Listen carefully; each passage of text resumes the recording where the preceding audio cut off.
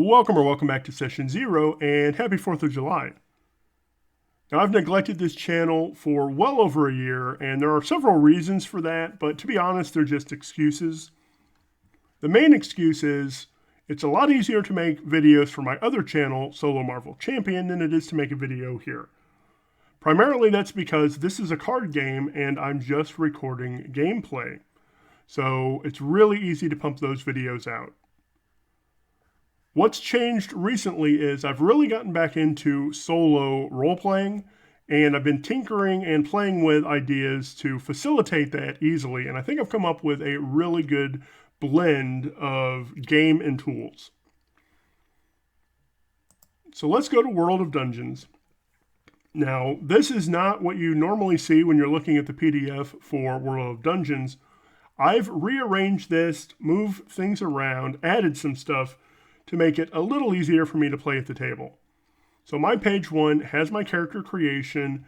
It has my names for character creation. I've taken the die roll off of this page and moved it elsewhere. And I've kept the die of fate here because I do like the die of fate, but it didn't fit on my rules page, so I just left it here. The main thrust of what I've done is make a rules/character page so that I can only have one sheet of paper at the table. So character sheet on the right, because I'm right-handed, and rules on the left. Healing was part of character creation, but it's nice to have it handy. Rolling the dice, magic, and the main two things I've added are monster leveling and my playing card oracle. So monsters will level pretty much the same way you do, because this is the same chart that you get for leveling. And I've made the monster HP based on hit dice, just like you. Monster abilities, right? They're going to start with 0 and get 1 plus 1 plus 1 as they level. And you can pull those from the special abilities, which you get as a hero, and skills. If you want to give them gear, you just use the equipment list. And then because monster XP isn't a real big thing in World of Dungeons, I've just said it's monster level times 20 for XP. Now you can determine the monster levels any way you want. You might say when you go into a dungeon, all right, I'm going to roll a D3, and that will be my monster level going into this dungeon. Or you can say when I go into a dungeon, they're always going to be one level higher than me. Whatever you want to do. Just determine a monster level, and you can do that on the fly as monsters come up as well. Determine their level, roll their hit points, and choose any abilities they might have and go into combat or do whatever you want at that point. So this chart and this text makes monsters really easy to just manage on the fly. Next is my playing card oracle. I really did this because of the main tool I'm going to use has card ranks and I can't even think of what you call them right now. Ranks and suits printed on their cards. So you ask a question, and generally speaking, you want yes to be the outcome. So you ask the question in that way. Is the room empty? Yes is the outcome you want. Maybe you ask it a different way, like, is the room empty of enemies? Yes is the good question, or the good answer. Is the room empty of loot is not a good question to ask because you want yes to be the good answer. So the question you might ask is there loot in this room? And then you can pull your oracle. So if the rank is odd, it's a yes. And I did that because yes has 3 letters, and that's an odd number of letters. So odd for yes, even for no. Then for the qualifier, you look at the suit. If it's a spades, it's a but. So you might get yes but, no but. And I picked spades here because if you look at a playing card, spades look a little bit like a but. So but is spades. If it's a heart, it's an and if it's clubs or diamonds, it's a no qualifier. It's just going to be yes or no. So I think now let's go ahead and move into character creation. And we're going to start up here with rule summary.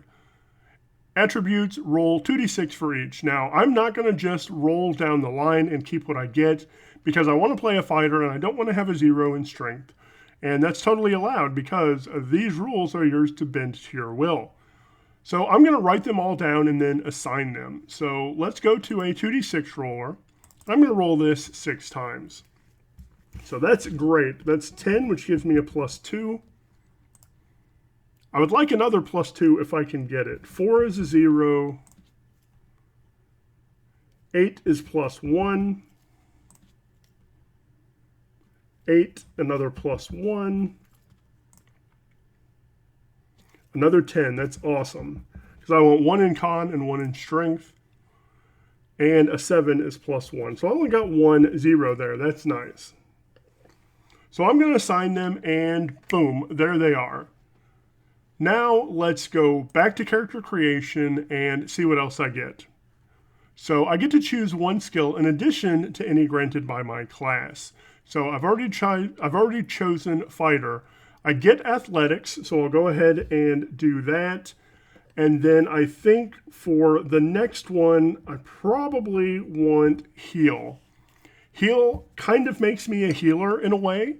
And when I am rolling to heal, when I rest and consume a ration, water skin, wine skin, you may re-roll your HP. If I'm intended by a healer, which I will be if I have the heal skill, I roll an extra hit die. So that's going to make healing really effective. Next, I get to choose 2 special abilities. Skirmish, Tough, Slay, Hardy are my choices.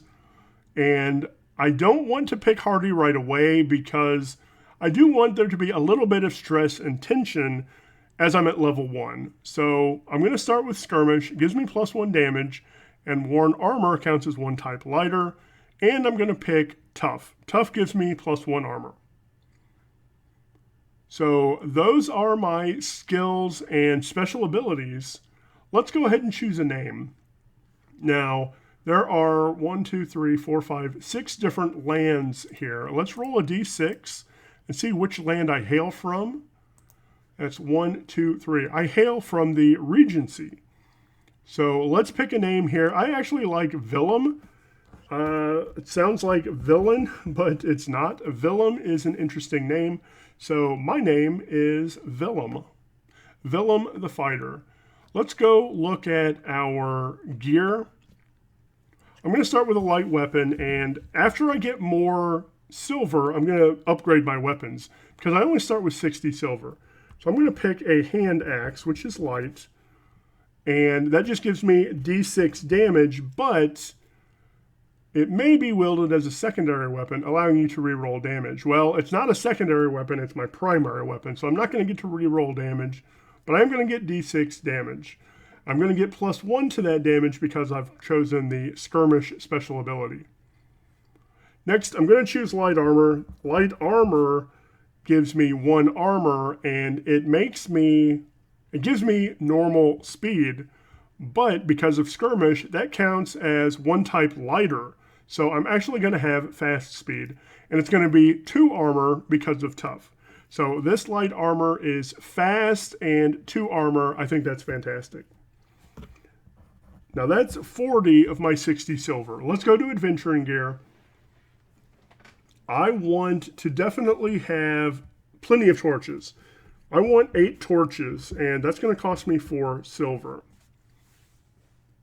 Next, because of the tool I'm going to use, and I know what some of the quest options are, I'm going to pick parchment as a gear, and I'll explain that later. So that's 2 more silver. I'm going to pick, let's see, tent, caltrops, bandages, travel rations. I'm going to take 4 rations, and that's 8 more silver. That gets me to 14, meaning I have 6 silver left. Now, I might come back and buy a tool. If I buy a tool, I'm going to pick pen and pot of ink, and I will explain that momentarily. So the tool I'm going to be using to create dungeons to go through is Axebane's Deck of Many Dungeons. one of the things I've talked about before but never really accomplished is having a goal which is not only simple, go do a simple thing. It's not go save the world. Simple goal. It also has to be easily accomplished, and not easy as in cakewalk, but it has to be something you can do in 1 or 2 sessions. So I'm using Axebane's Deck of Many Dungeons, and the aces serve 2 purposes. The aces are your dungeon entrance, and they give you a quest idea, and the quest ideas are really simple. So I'm going to shuffle up my aces, and we get Ace of Diamonds. Now, on the Ace of Diamonds, there is a quest idea. Roll a D8 plus PC level. Well, I'm level 1, so let's roll a D8 and add 1. And I get a 3, which is map dungeon level 1 for an NPC. So that's why I chose parchment and why I'm going to go back and get pen and ink so that I can map the first level of a dungeon. Now, who is the NPC who hired me for this job?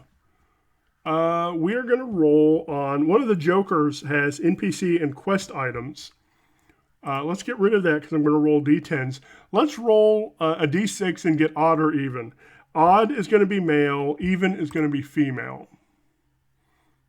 Okay, odd. This is a male, and we're going to roll D10 for first name. That's Torgal Lancaster. And do I care about class? Let's roll a class for him. Oops, I didn't mean to do that. We'll take the first one. 2 is Rogue. Let's write that down. Torgal Lancaster is a rogue who has hired me to map the first level of this dungeon. I think maybe the reason for that is he's planning to use it as some kind of hideout. I don't know. That's something that can be determined later. But how much silver is he paying me for this job? Let's get rid of this, and let's... How do I want to determine this? Let's roll a D20. A D20 times 10. Let's roll 2 D20 times 10. Ooh, 22. He's going to pay me 220 silver, and let's just round that down to 200. He's going to pay me 200 silver to go in and map this first level of the dungeon. So do I try to bargain with him? Am I going to say, hey, can we make it 250? I think I am going to do that. And since I have a 0 in charisma, I'm going to roll 2d6 and add 0. The risk here, something else I really love about World of Dungeons is rolling the dice. When you attempt something risky, sum 2d6 and add 1 of your attributes. I'm going to make it charisma. The GM will tell you some of the possible consequences before you roll, so you can decide if it's worth it. So I'm going to say the consequence here is, the main consequence is he's going to say, no, it's 200. But if I roll 6 or minus, which gives me extra consequence, it's going to be he actually counter offers with a lower amount. And that would suck. So the offer right now is 200. And I'm going to roll 2d6 plus 0 and see if I can increase that to 250. 8 plus 0. So that is a partial success. You do it, but there's some cost, compromise, retribution, harm. I think what can be the harm when I've made a success here? Maybe he still counter offers with a meet me in the middle. So he says, I can't go 250, but I'll go 225. I'm just going to acquiesce to that. I'm going to say, okay, 225, I'll do it. So now he's not going to give me any money in advance, though. That's the biggest problem. I have to go bring back a map. So I need to, now that I have parchment, I need tools. I need to go buy that pen and pot of ink. So that takes me down to just 1 silver remaining. Now I'm ready to go into the dungeon.